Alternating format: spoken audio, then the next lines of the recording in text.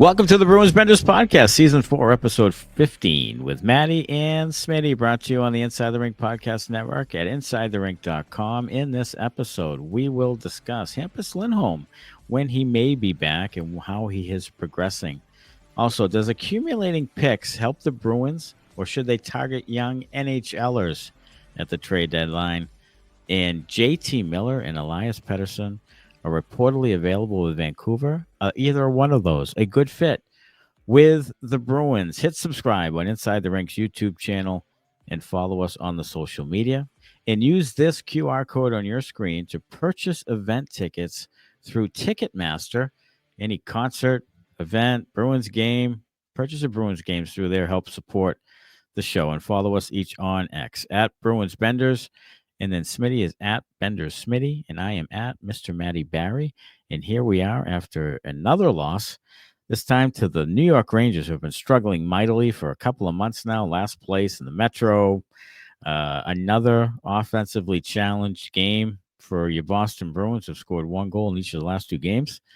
It just isn't very good hockey, and certainly not consistently good hockey for the Bruins. It's not consistently good. It's not even. It's not even. I was going to say it's not even hockey, but it is. Right. I guess. You're right. Really. Yeah, I mean, it's what they are. They're kind of, a middling team. That's who they are. They're not very good. They're not very deep. They don't have very good defense. The goaltender's been average at best. Even though it seemed like he maybe turned a corner there in the last, handful of games, it doesn't really appear that way. And you can blame it on the defense or blame it on whatever you want, but he's not making timely saves. Like tonight, the Rangers won because Jonathan Quick was better than Jeremy Swayman. Plain and simple. That's the reason why. Quick made spectacular saves to save the Rangers bacon on numerous occasions. And Swayman didn't. There was, sure, a handful of good saves by him, but it was after the Bruins were already down 2-0. Mm-hmm. You need those saves earlier in the game when the game's in the balance. 2-0's not, the game's not in the balance. Look, you can't score goals. So when it's 2-0 and you keep it from going from 2-3 or 3-4, that doesn't do you any good. The Bruins are 3-14 when they're losing after two periods. So if you go down 2-0 in the first, you've basically already lost. Right. Yeah. Because you can't score goals. Yeah, so you need to come back. You need the saves earlier than that. He's got to be better earlier than that. And it just hasn't been there all year long. In stretches, I guess, or in certain games, sure, he's been fine. Even a couple of shutouts in games, but consistently, he hasn't been good all year. Plain and simple. I still think they should try a tandem for a bit. I have no problem with Korpisalo getting more reps, especially earlier when he was playing well. Lately, he hasn't played well. The last game against Columbus, he got shelled. He did. So he's starting to turn back into the Korpisalo of last year. Yeah. I don't know if it's because he's not getting used enough now. He's a backup goalie. Yeah. Yeah, I mean, he's a backup, but he's also, they barely play the guy. So it's tough to be sharp when you only get, a game every, once a week or whatever it is. I don't know. Mm-hmm. So, they don't have enough to really make any kind of challenge to anyone. No, coming up here, this is a tough stretch. This is kind of a gauntlet of teams coming up in the next 12, 14 games. All of January is really tough, just about. I mean, they have the Sharks and the Isles in there, but the rest of the teams are pretty good to really good. Yeah, I mean, aren't they all pretty much playoff teams? They're all pretty much playoff teams other than that. So, yeah, I mean, this is really going to be where the rubber meets the road. And, right before February and the Four Nations tournament and the break there, you're going to really know where your Bruins lie. And then they're going to have to make a decision. I mean, they're making a run for the thing to get to the playoffs, which, you know what? I think they will try to do. Yeah, of course. As long as they're within like a nut hair of it, they're going to try to do it. Even if you think this is dumb, but they're still going to try to do it unless they're way out of it, which they probably won't be. So I really believe that unless they completely collapse and lose 8 in a row, I really believe that they're going to try to stay in it until the end. And I don't know if that's the best method. I think they are going to try to stay it till the end because I think Sweeney's trying to save his job. Yeah. So he's going to do whatever it takes to try to get into the playoffs. And look, I don't think they're going to make it in. I've said it earlier in the season. I mean, I was hopeful because I'm a hopeful guy. I'm an optimistic guy. You are. You know me. Rosy cheeked guy. But it was really more wishful thinking early on. Like, I want them to make the playoffs. I want them to be good. But I didn't think they were as good as last year's team going into the season. Yeah, you did. You had it. So I want them to make the playoffs. Even now, I still want them to because I want playoff hockey. I like it. I want the Bruins to do well. I've always rooted for the Bruins. Like, don't get me wrong. I want them to be good and to win the cup and all that. That's what I want deep in my soul. That's what I want. But this team's not doing that. And the longer they tread water in the middle of the league, the more boring, hockey you're going to get from this team. It's going to be the same shit. It's going to be, they're going to be a 500 team that probably can sneak in because there's a bunch of shitty teams in the league. Yeah. And the Bruins have some pretty good players. So they'll probably sneak in and then get eliminated. And then, we'll do it all over again. And I don't want that. I want them back to be to the 80s. I want them to win it.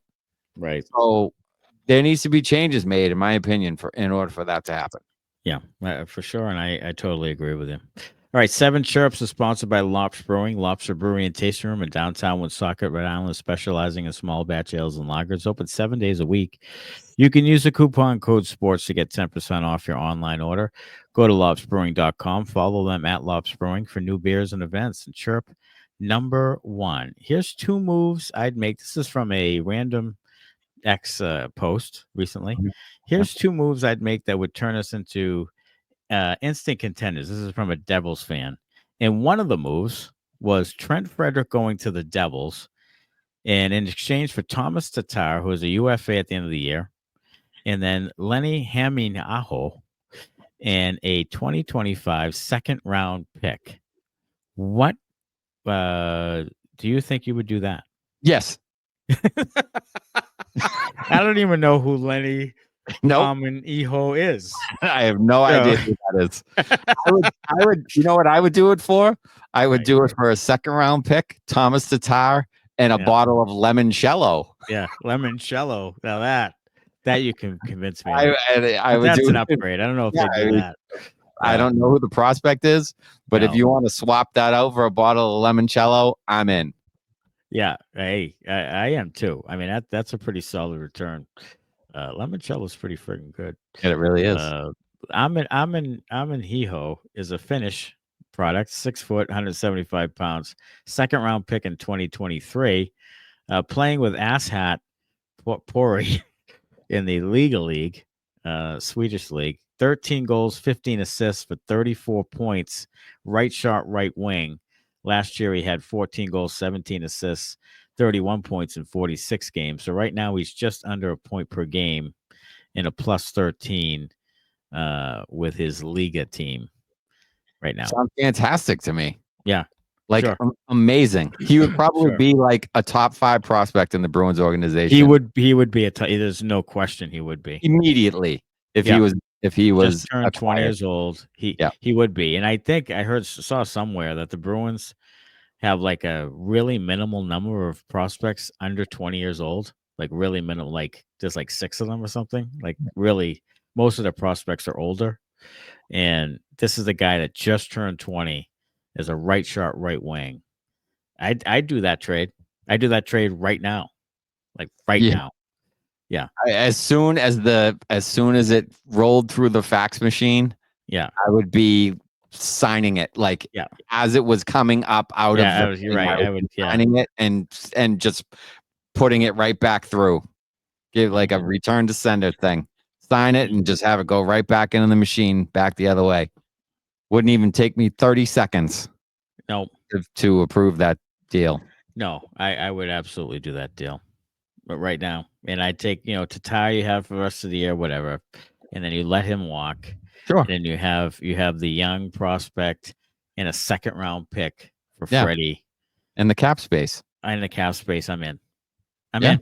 Sign me up. I'm in for Sign me up. That's actually a decent one, and that's actually one, that I think would work for both teams. Like I think the Devils would be interested in something like that. Or I think so too. I think it makes sense. Yeah, I think it both makes teams. sense. I don't know. I don't know. I don't know how well he fits the style of play in New Jersey. Right. Because they're more of a speed skill team. But come playoff time, they could use a little of Freddie's, grit / toughness. Yeah, some of the grit that he shows every once in a while. Yeah, and maybe they'd let him fight down there. I don't know. I mean, it seems like they've kind of taken that out of Freddie's game up here, or maybe he's taken it out of his own game. I don't know. But I just don't think he's not like Garnett Hathaway. Like he's not the guy that agitates and all that stuff. Like he's not the guy chirping other guys and being a pest and being that type of guy. He's just not that guy. And he I think was earlier on, I feel like. Yeah. And they were kind of like, knock it off. Yeah. They don't like to do that. And I don't know why. Bruins do not like to do that. No, they like to be gentlemen.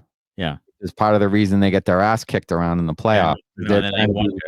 Yeah, they're trying to be nice to everybody when, other guys are, elbowing people in the head. Right.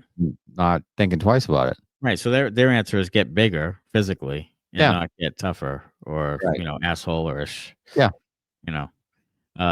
Chirp 2, Hampus Lindholm, not back on the ice yet, says Joe Sacco, but progressing. Mm-hmm. How much has he actually missed, and why don't more people talk about it? They should be talking about it. I feel like no one talks about it. They don't, because I mean, maybe it's like out of sight, out of mind thing. Maybe. You know who misses him the most on the entire goddamn planet? Who's that? Brandon Carlo. Yeah, he does, 100%. Because he's been junk since Hampus Lindholm has been gone. Yes, and it's a direct correlation to that. And I think he misses the hell out of Hampus. Mm-hmm. I think he needs him back. I think he needs his binky. He needs his buddy, and I think Hampus being back would go a long way towards turning Brandon Carlo's play around. Yeah, well, look at their left side defenseman right now. Lowry playing like dog shit, and Zadorov, who's dog shit to begin with. So you got two guys there that are just. And then the third guy is, who's the third guy? Wotherspoon or Osterley, or Osterley, like that. The left side is not good right now at all. Yeah, and Lindholm plays 23 to 25 minutes per game. He plays a ton of minutes. He does, and he's a good player. Like we rip on him occasionally, and sometimes you look at him just like Jesus, like. But he may have been the best Bruin the first however many weeks before he got hurt. Like when they were bad, he was good. Yeah, he was playing a lot of the time. He was playing pretty well. Yeah. And they had just moved him onto the power play. I would have liked to have seen how that went. Mm-hmm. Basically it was played like 8 minutes. He did in that game or something, and I don't even know if he got a single shift on the power play. I don't think he did. I don't think so. But they had decided before that game that he was going to get some power play time that night with the PP1 unit. So I would have liked to have seen how that kind of developed and so forth. So hopefully he'll be back skating soon, and hopefully by the end of Four Nations, right, he's ready to go. Sure. All right, Chirp 3. Does accumulating picks actually help the Bruins, or should they target young NHLers instead? Interesting topic that our producer Connor Green brought up recently, that he didn't want a bunch of picks because it takes too long, that he wants young NHLers who have more of a chance to actually contribute earlier on here.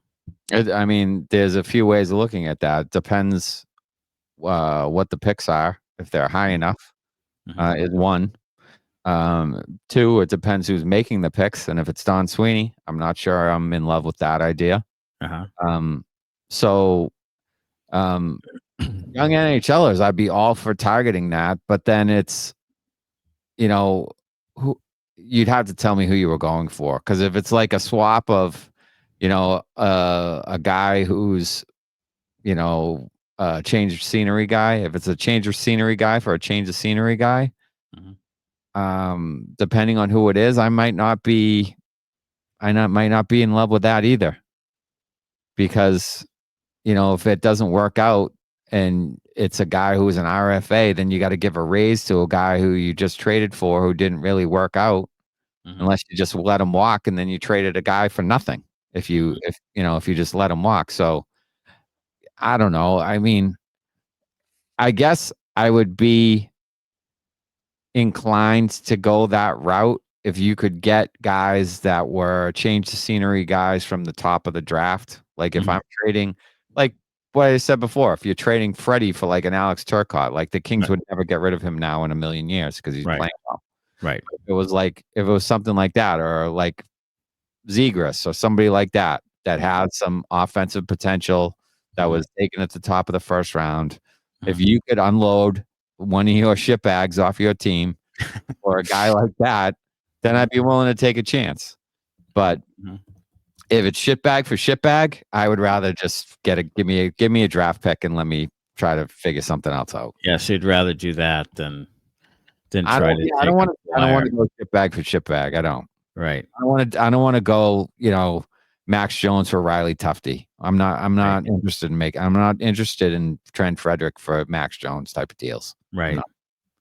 So would you take like an Alex Newhook or something like that? Because he was higher. He was, higher up in the 16th pick. Yeah, 16th. He was higher up in the first round. He showed some offensive potential. Like some of these guys, like the John Beaches of the world, the Trent Frederics of the world, they've never scored well at any level. At any level. Beecher has 9 goals in 89 games. Yeah, and in college he didn't score then. At the development program, he didn't. He was a checking forward on the development team. Yeah, he was. Like he never scored at any level. He did. So, I will trade him away to someone else if you want to give me one of the guys that could score. Yeah, sure, I'm in. Right. But I'm not trading John Beecher for, another guy who can't score. I'm not interested in that. John Beecher has never scored 10 goals in a season. That's amazing. He scored with his like it's like trading John Beecher for Danny Paille. Like I'm not doing it. Yeah. I'm not. I have no interest in that at all. None. His goals at Michigan were 9, 4, and 6. Yeah. And with the development program, he might have had 12, maybe once. He might have. Maybe. Yeah. But maybe. I doubt it. Because I think that was the the uses and the Turcotts and the under 17. He had 8 goals in 26 games for the exhibition, and in the USHL games he had 9. Exhibition the next year he had 9. USHL games he had 6. So he hasn't. So he's never scored 10. He's never scored 10 since high school. He's never scored 10 goals in a season. Yeah, that's like hard to do, isn't it? But let's take him in the first round because he's fast. Let's take him in the first round because he's big and fast, and we can make him something he's not. Which you never developed a forward, ever. He had 17. Let's see, he had 12 goals in 30 games at Salisbury School, prep school. There you go. He had 12 goals that season. Yeah. So, and he's not had. Yeah, he had 3 goals. He had 4 goals. He had 3 goals in 9 games at Providence. He had 9 goals in 61 games. And he had 4 goals in 17 games at Providence. This year he has 2 goals in 38 games. And he's a minus, whatever he is. What is he right now? No, he's a +2 right now. Yeah, he was a +2 because that line started out like +10. Started out +10, yeah. Koepke and Catholic were scoring goals, and Beecher was along for the ride. Yeah. Yep. All right. Chirp number 4. Players that the Bruins should target to help with their scoring issues. This is from an Elliot Friedman fake account. Jake DeBrusk, 27 points. Ryan Donato. What's that? It's all former Bruins. It's all for Bruins. Jake DeBrusk, 27 points. Ryan Donato, 20 points. Taylor Hall, 19 points. Matt Grzelcyk, 19 points. Tyler Bertuzzi, 18 points. Dmitry Orlov, 17 points. Frank Vetrano, 17 points. Riley Smith, 16 points. Right there. Would you want anybody back from that group? If you could pick a guy. Well, are you telling me I can replace like John Beecher? You can replace John Beecher with someone. Yeah, I'll take DeBrusk back. I'll tell you what. I'll tell you what. This out of this group here, you could put one of these guys on the third line with Brazo and who's playing with him? Brazo, Frederic, and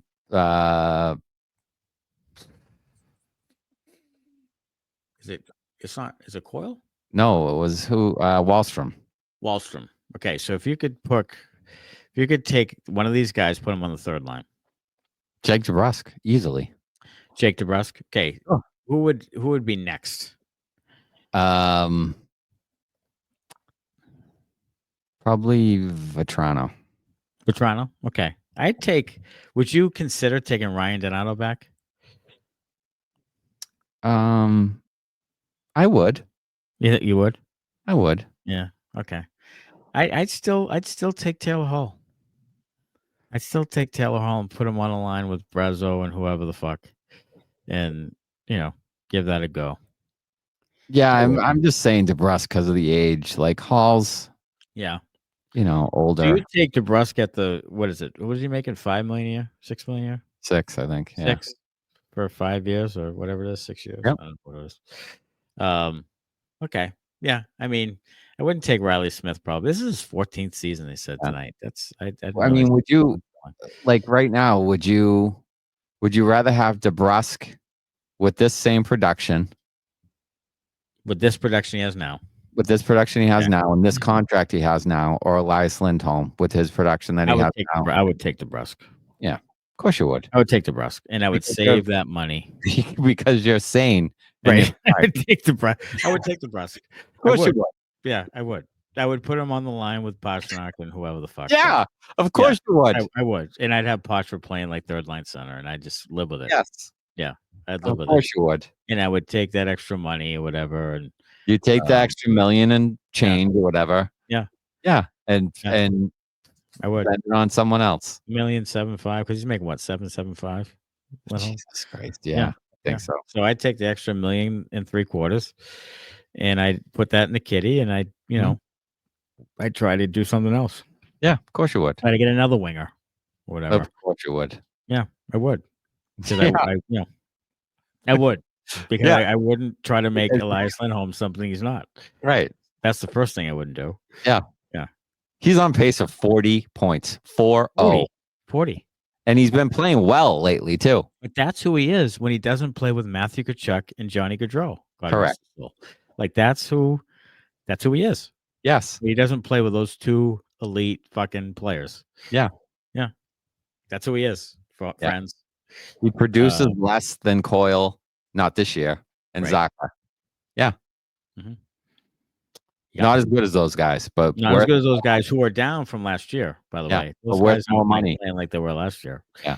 No. And worth more money, more term. You got them longer. Yeah, apparently. You got Zadorov and Lindholm, long time. Yeah. Do you know who's like third or fourth on the team in plus minus?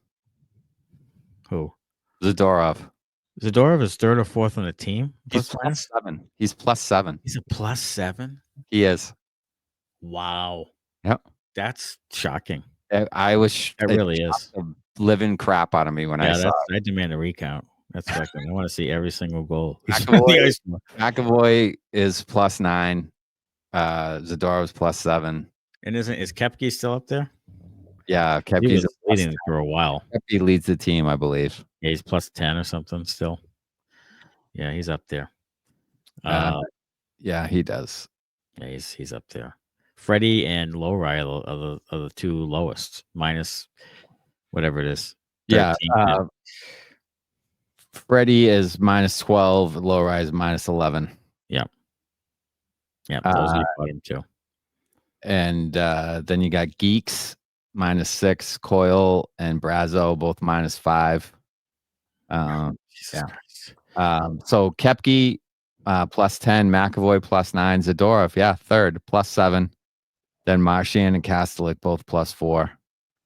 Wow. Elias, Lindholm and Sacco both +2. Beecher and Lysell both +1. And then it's zeros and worse.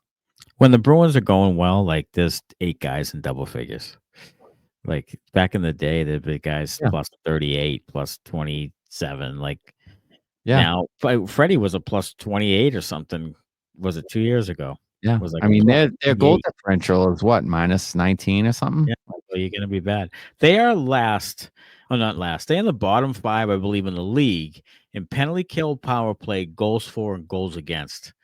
How are they ever above 500? Is beyond me.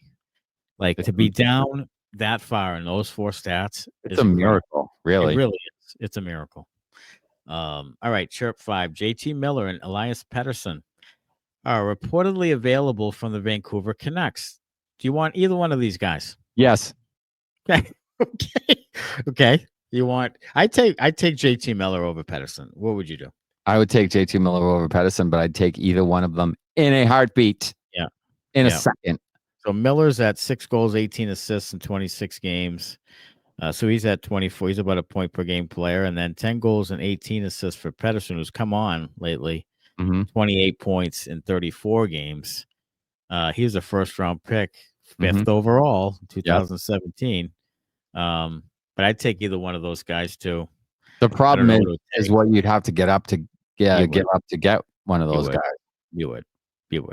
I mean, you'd have to give up a first-round pick. You'd have to give up, I don't even know what would work, to be honest with you. I don't know if you have enough to make it work. No, you don't have enough. Because you're not going to trade, Swayman, McAvoy, and Pasternak and Marchand. So below that, you don't have enough value. No, you don't. You don't. You don't have anything close to what it would take to get those guys. You don't. You'd have to give up like Carlo, Patra, a couple of picks, like to even begin the conversation. Yeah. And I'm not even sure that's enough. Yeah. I wonder if you could. I wonder if you could give up like, Coyle and Lowry and a first and somebody else. Coyle, Lowry, a first and somebody else, like who knows? I don't even know who that is. Like a lower prospect. I don't know. Maybe it would be like a Patra. Patra, Lowry. So like your top 2 young players. Coyle. See, I would do Patra, Lowry. Because I'm getting Miller or Pettersson back. Sure. So I can give up Patra for that. Yeah. Like I can do that for sure. I'm getting a legit NHL player for that guy, and I don't know what Patra is going to bring. I like the kid. I think he might be pretty good. Yeah. But you can't guarantee it. So I'll take Pettersson, and I'll throw Patra in that deal for sure. And if it's Patra, Lowry, and a first or whatever, I'd consider it. I would. You need something like that to change your makeup of the team, because you're going to hit a spot here when you age out that you're just not going to have any prospects in the pool, and a free agent's going to come here and all that stuff. Like, you can't make a trade because you have no assets. Like, it's going to be hard to build a roster that's viable 100% when all these guys age out. Like, so you have to do something like that. I mean, you're talking about those players have both had over 100 points once in their careers. Once in their career, right? And they both had over 80 another season in their careers. Yeah, I mean that's so legit. That's not legit. That's like really good. Yeah. So Patra's going to get 80 points in the season. I mean, if he's lucky. If he's lucky, he's going to get 80. Mind 100. Do you think he's going to hit 80 twice? I don't think so. No. Look who he's going to be playing with. I mean, there's that. Yeah. But he's much more likely to fall, high end, like Coyle, Sacco, like in the 60s. Mm-hmm. Like, and if he does that, you'd be thrilled. Of course. Yeah. But great. You could move him and get a JT Miller or a Elias Pettersson, who have both had over 100 points in a season. You do it. Not over 80. You do it. And 100%. I don't care how much you're in love with Patra or what he can be. You do that. You'd be foolish not to do that. I mean, that's insane. I do Patra and Low. If they took Patra and Lowry in a pick, I'd do it tomorrow. Yeah. Like, yes, I would. And I'd figure it the fuck out after that. I would. I think Miller might be going back to the Rangers. Yeah. I don't know where Pettersson's going to go, but I think Miller is probably going to be a Ranger again. Do you think Zibanejad goes the other way, or do you think it's going to Could be be Zibanejad. Kreider's not going to be enough. I think it has to be Zibanejad and something else. Like I don't know. It might be. Do you think they would trade like Keandre Miller or somebody? I don't. They feel might. Like that would be a lot. I mean, they might. I don't know. I mean, if I'm looking at it on the Canucks, like is Zibanejad and that he's not enough. He's not. You know, he hasn't been playing great. He's been playing terrible. So terrible. I mean, can't be one. Can't be 1 for 1. You'd need something else. You'd need something else. I just don't think he's a Zibanejad prospect, or in a first. I would think. Yeah. And even the first, first is going to be pretty high. Pretty high now. So yeah. If you take yourself out, it's going to be high. You're giving up a top 10 pick. Yeah. If you don't get the ship righted. So that's a big value. So maybe that's more valuable. Maybe Zibanejad in the first gets it done for that reason. I don't know. But yeah, I mean, there's supposed to be this draft supposed to have 3 or 4, pretty good guys in it. Yeah, they are. Yeah, they are. All right, chirp number 6, prospect management. We talked about this a little bit in the post game. Yeah. After the Rangers game, but people talking about their prospect management. One podcast was talking about it was actually pretty good, and they were fine with it, and it was the right thing to do. And we discovered, just spitballing, that their prospect management has been horseshit for 9 to 10 years, and that they don't have a forward that they've actually developed since Trent Frederic, who was drafted in 2016. I mean, I couldn't think of another one. There's really no way to sugarcoat the thing. I mean, Johnny Beecher, he's on the team, but did he develop? A player? No. He hasn't developed at all. Exactly what was drafted. Yeah, it's the second forward who can skate. He's the same guy he's always been. He can skate really fast, and he can't do anything else. Right. Yeah. Great. Win faceoffs and skate fast, straight ahead. Yeah, that's that doesn't move the needle at all in any direction. No, they did not. And the rest of their prospect. I mean, you don't know whether the Lysells and Merkulovs and Patras really are any good. So I don't know how you can say that the development is going well. Like, have those guys gotten any better? Why haven't you given them a chance to play then? If you developed them so well, why haven't those guys gotten a shot to play in the NHL level? And I'm not talking about a cup of coffee when they play fucking 4 minutes. Sorry, John. That doesn't count. That doesn't count when you bring a guy up for one game and then you send him right back down the next day. Why are they calling up the Jeffrey Veals and the Connor Browns of the world, or the Mark McLaughlins of the world, who's been in the minors now for 4 or 5 years? Why are those guys getting called up? Why is Joey Abate playing last year? Like, what are we doing? You're developing guys? Who? Yeah. Joey Abate played a ton of preseason minutes for the Bruins. Yeah, for some reason. Yeah. Who have you developed? No one. No one. Like, no one. There's not a single guy. Tenure as a general manager. Who have you developed as a forward? You look at the forward group all the way through. Marchand and Pastrnak are before him. So you take them away. It's Lindholm and Coyle and Sacco and Georgii, and all these guys are from other organizations. Yeah, all those guys are. Brazo. Does he count? Fazo's the only guy. He was an undrafted free agent who you just sort of plucked off the heap. Nobody wanted. He started in another organization too. He wasn't in your organization. Yeah, he started in another organization. He wasn't drafted by you. No. Or signed by you originally. He was an undrafted free agent. Mm-hmm. So you had in the forward group, you have Lowry, who was quick to the big leagues, and McAvoy, who went straight to the NHL. Yeah. And Carlo did too. So even the defensemen, who have you developed to become a good player? Like a good player, not just a guy who you can replace tomorrow. like Beecher, like a good player, like a player. It's been Jake DeBrusk and Trent Frederic, and one of those guys isn't here. And Trent Frederic won't be here next year. So you're going to have 0 in 10 years. Like, and I know you were good and all that stuff, but you should be able to develop a prospect to throw in the mix there. You wonder why the rankings have always had the Bruins at the bottom. Right. I mean, you wonder why. That's why. You have no forwards. All at once in 10 years that maybe no a third rounder would do okay. Yeah. I mean, that's why you laugh. Swayman might be the only guy. Yeah. But he's a goaltender. But I'm talking like the forward group, 0. Yeah, I don't feel like there is one because I don't think they do develop goalies well. So take them out of it. Yeah. So your forwards are just they can't do that thing.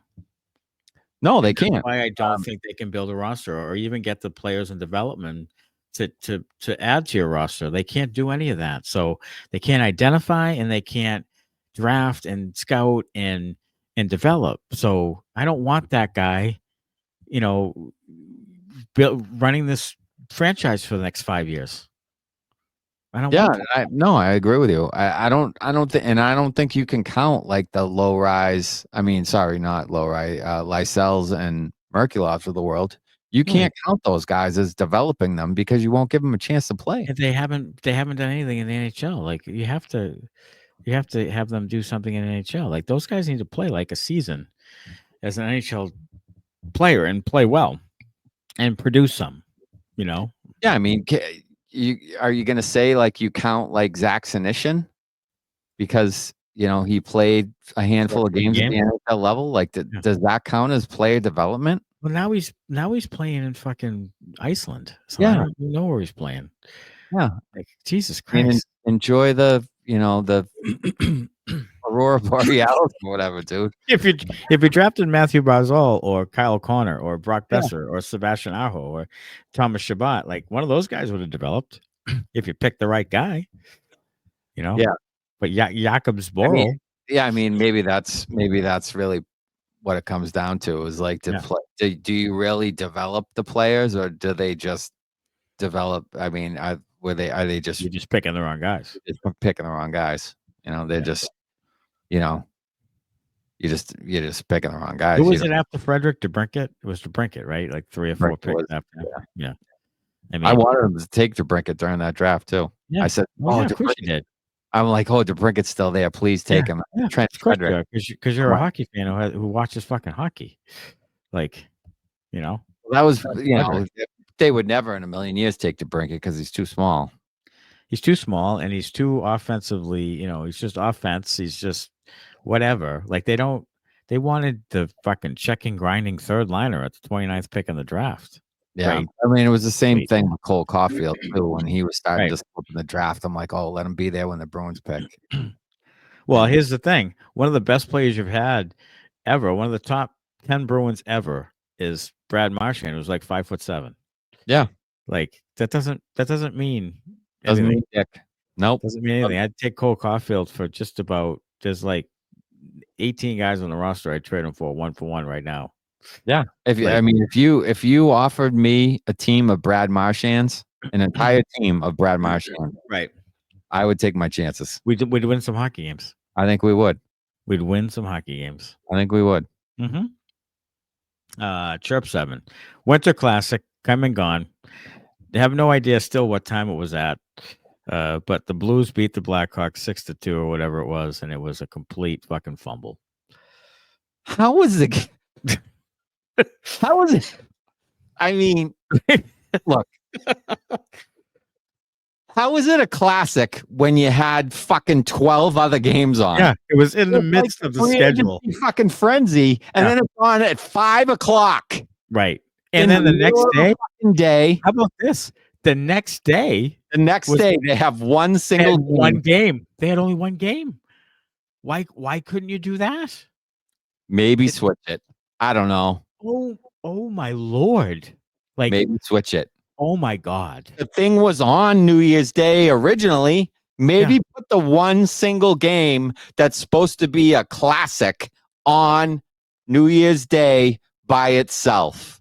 Maybe do that. I don't know. Call me fucking crazy. Unbelievable. Like unbelievable. Like unbelievable. Like if you're in the meeting for that, that's what you come up with. Let's put it in the midst of a 12-game schedule. I think we should. I think that's a great idea. Sit in the meeting? No. Yeah, that's a great idea. Let's put it at 5 o'clock in the middle of a bunch of other New Year's games. Eve, just when everybody's just about to leave the house. Yeah. And go out on the town and drink. Right. Let's put our top hockey thing that we want everybody to watch on at 5 o'clock, just as everybody's getting fucking lubed up and nobody's gonna stay home. Everybody's gonna go out. Let's put it on then. Maybe we can catch the getting ready crowd before they leave the house. Put it on at like 5 o'clock on New Year's 5 Day. o'clock. Are you fucking kidding me?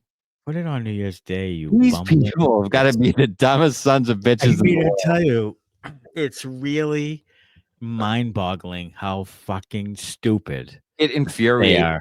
It really does. I mean, you wonder why your sport is fourth by far. I mean, it crawls up my ass. Like it really infuriates me. It should. That they just don't have a clue. No, they don't. What was it? Did they not want to go up against college football on New Year's Day? Is that what it is? Like, it's not the same audience. No, it's not the same audience. It's not the same college audience. Football is SEC in the South, and yeah, sure, it'll go around the country, Notre Dame and whatnot. But they'll put your hockey game on. Yeah, but fuck. I mean, how about this? Christ. How about this? If it's the only hockey game that day, then other fans from other teams who crave some hockey that day because they're off, will watch that game too. Yes, because they'll crave a little bit of hockey. Like it's Blues Blackhawks. I'll watch it because I'm a hockey fan and I don't have the Bruins that day. Right. So I'll watch that game. Like think about what hockey fans would actually. How many hockey fans you could accumulate? But putting it on New Year's Eve, you're not going to get anybody. Well, that's the thing.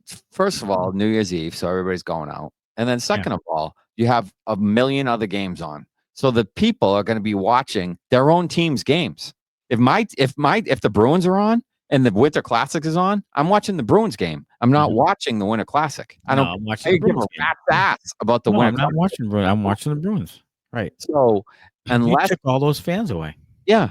You missed out on all the audience because you had all these games going on at the same time. Yeah, it's ass hattery. It's stupid. It's tomfoolery. It's ballyhoo. Ballyhoo. Christ almighty. I don't know. If in doubt, go gamble. Here's how you do it with DraftKings. DraftKings Sportsbook is Boston's hometown sportsbook. It's live right here in Massachusetts. Bet local on all your favorite sports from the comfort of your own home with DraftKings. To celebrate, all new customers will receive up to $250 in bonus bets when you sign up for DraftKings Sportsbook using code ITR. You can now bet local on moneyline spreads, props, and more with one of America's top-rated sportsbooks. That's DraftKings Sportsbook. Download the DraftKings Sportsbook app. Sign up with the code ITR to get up to $250 in bonus bets to use now that mobile sports betting is live in Massachusetts. That's code ITR, and it's only at DraftKings Sportsbook. If your loved one is experiencing problems with gambling, call 800-327-5050 or visit helplinema.org to speak with a trained specialist free and confidentially 24/7. Must be 21 plus. Physically present in Mass. Eligibility restrictions apply. Subject to regulatory licensing requirements. Eligibility and deposit restrictions apply. Opt-in required. Bonus issued as free bets. Terms at DraftKings.com/MA. If you listen to that all over, if you get through that, then God bless you. Oh God. What's that number again? Oh my God. That thing cracks me up every time. I can't take it. Professional guys can't do a fucking ad read. to save our lives. Oh my God. What we're gonna do? Recorded it.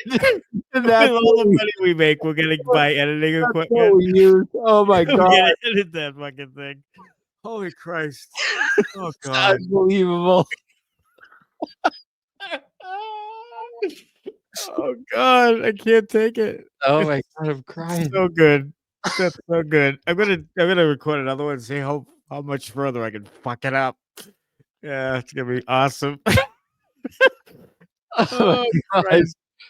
Oh, I God, needed that. Jesus. That's so good. Uh, Filthy, okay. filthy. Oh Christ. Unbelievable. Another bourbon. All right, beauty for this week. Certainly not the DraftKings ad. It is Team Latvia. Gonna love you, eh? They're gonna be loving you from dawn until dusk. The Latvians surging. They just made their first quarterfinal in the World Juniors ever and lost to tight ones. I think there was to Sweden, maybe. Yes, Sweden eliminated today. I think so. But they made it. They beat Canada, and they've already had that great run. Like they had a little bit of a run last year too, and they've done really well. So the Latvian nation is playing some pretty good hockey. Yeah, they're on the come. Here they come. The Latvians. Yeah. Dan's Lockmelis, Bruins prospect. Lockmelis is a Latvian. Yeah, he is. And he's having a breakout year for the UMass Amherst Minutemen. He is. So, yeah, Team Latvia, good things on the horizon for those guys, for sure.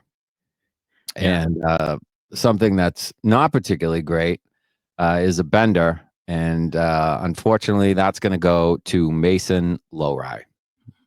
It's not a bender. All of it. Play it all. Yeah, he's not been good. He has not been good. He hasn't. Tonight against the Rangers, he had 2 pinches in the first period. Yeah. That led to 2-on-1s. Yeah. The second one led to a goal, which was the eventual game winner. Yeah. So second worst on the team with the -11. He can play offense. Mhm.